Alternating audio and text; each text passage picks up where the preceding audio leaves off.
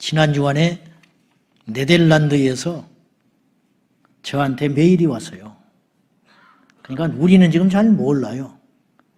차별금지법이 통과되는 세상을 아직 경험하지 않았기 때문에 얼마나 무시무시하며 얼마나 복음이 방해가 되고 세상이 엉망진창이 되는지 상상을 못해요. 그런가 보다.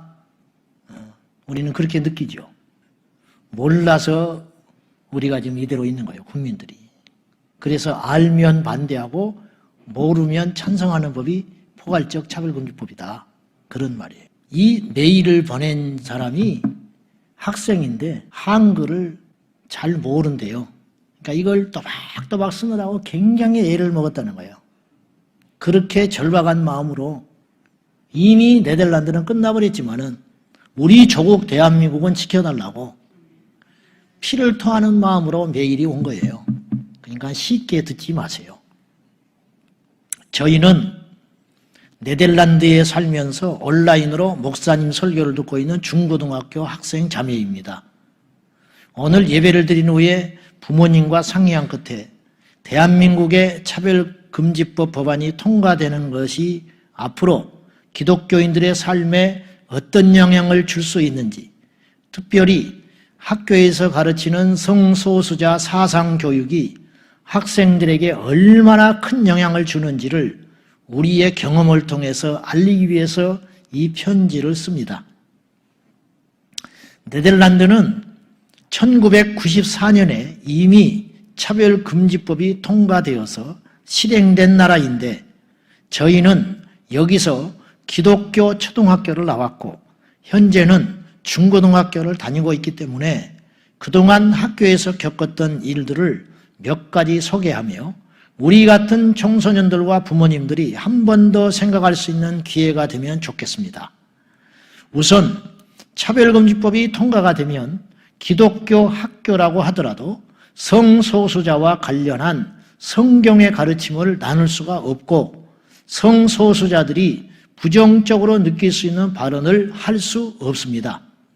저희가 다녔던 기독교 초등학교에서도 친구가 성소수자에 관한 부정적인 발언을 해서 선생님에게 징계를 당한 적이 있습니다. 저희 학교 중고등학교 6년 과정에 있는데 저희 학교는 중학교 1학년부터 성소수자에 대한 교육을 받습니다. 이 교육은 무조건 받아야 하기 때문에 안 가면 생활기록부에 결석 처리가 됩니다. 여기서 말하는 성소수자는 남성과 여성 이외의 모든 성을 이야기합니다. 동성애, 양성애, 트랜스젠더, 무성애 등 수십 가지의 다양한 성소수자 종류와 정의 및 심벌을 외우기까지 해야 합니다.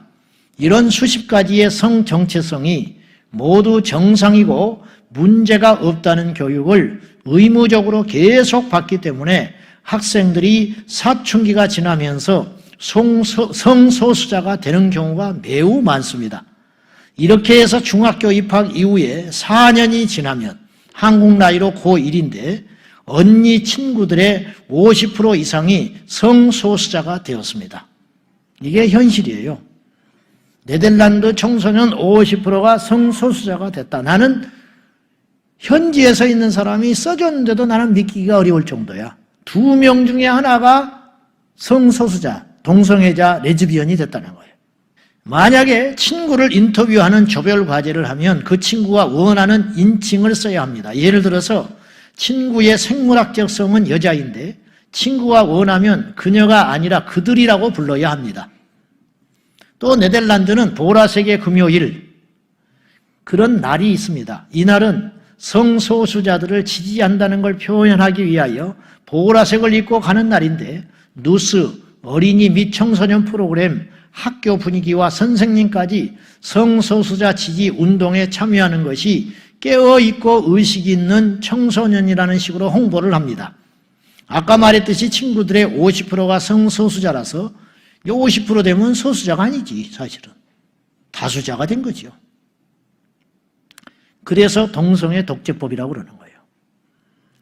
50%가 성소수자라서 성소수자들을 지지하고 싶지 않아도 보라색을 입고 오라고 눈치를 주고 보라색 옷을 입지 않고 등교하면 학교 문 앞에서 보라색 띠를 나누어 주어 손에 차게 합니다.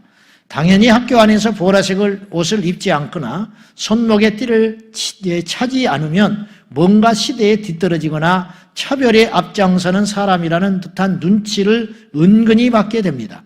저희가 다니는 학교는 하필이면 성소수자들을 더 적극적으로 지지하는 진보적인 색깔이 있는 학교이기 때문에 성소수자에 대한 부정적인 생각을 말하면 선생님께 불려가서 혼이 납니다.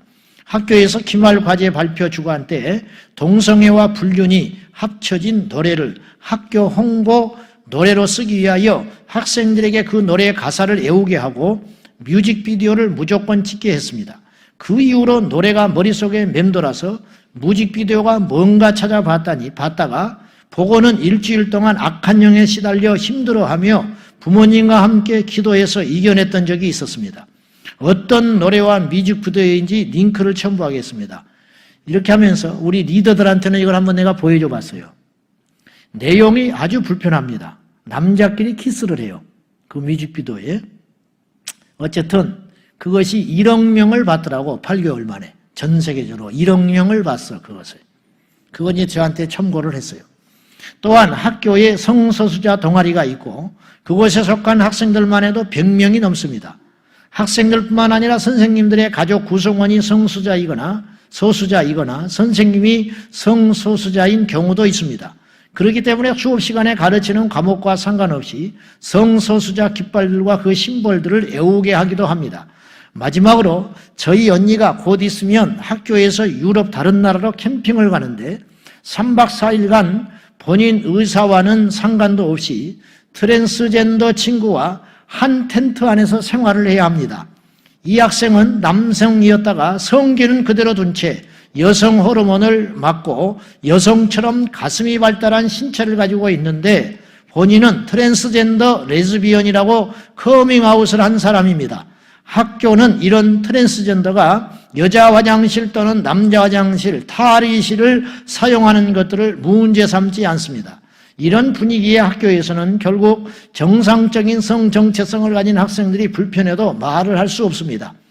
저와 언니 외에는 이런 상황을 불편해하고 힘들어하는 친구들이 없어 보이고 있다고 해도 서로 불편한 입장을 밝힐 수도 없습니다. 저희 언니가 고백하기를 중학교 1학년 때 2학년 사춘기 시절을 보내는데 학교에서는 성경과는 동떨어진 진화론적 진보주의적 사상교육에 매일 노출되고 스마트폰을 통하여 세상 미디어를 많이 접하면서 믿음이 약해져 있을 때에 자기에게도 성정체성 혼란이 왔다고 고백을 했습니다. 참고로 우리 가족은 저녁 식사 후에 매일 성경을 함께 읽고 기도하는데도 모태신앙인 언니가 이렇게 힘들어할 정도였습니다. 감사하게도 언니는 다시 믿음의 자자리로 돌아왔습니다. 이 정도로 학교에서의 이러한 사상교육은 우리 같은 사춘기 청소년들에게는 엄청난 영향을 줍니다. 제 주변을 돌아보면 저와 함께 기독교 초등학교를 나왔던 친구들 중에 몇 명은 중학교 2학년이 지난 지금 성소수자가 되어 있습니다. 앞으로 시간이 지날수록 그 순수했던 친구들이 더 변질될까 봐 걱정이 됩니다. 차별금지법이 통과되어서 사회의 모든 분위기가 성경의 진리와 멀어지게 된다면 우리들뿐만 아니라 우리들의 다음 세대는 소돔과 고모라에서 사는 것처럼 믿음을 지키기 힘들어질 수 있다고 생각합니다. 대한민국의 학생들은 이런 경험들을 하지 않았으면 좋겠기에 저희의 경험들을 용기를 내어서 공유합니다. 또한 대한민국의 기독교인들이 이것을 보고 차별금지법이 얼마나 심각한 법인지 제발 깨달았으면 좋겠습니다. 우리 가족이 네덜란드에서 끝까지 말씀으로 예수님의 진리 안에서 믿음을 지키고 성장해 갈 수 있도록 기도해 주시기를 다시 한번 부탁을 드립니다.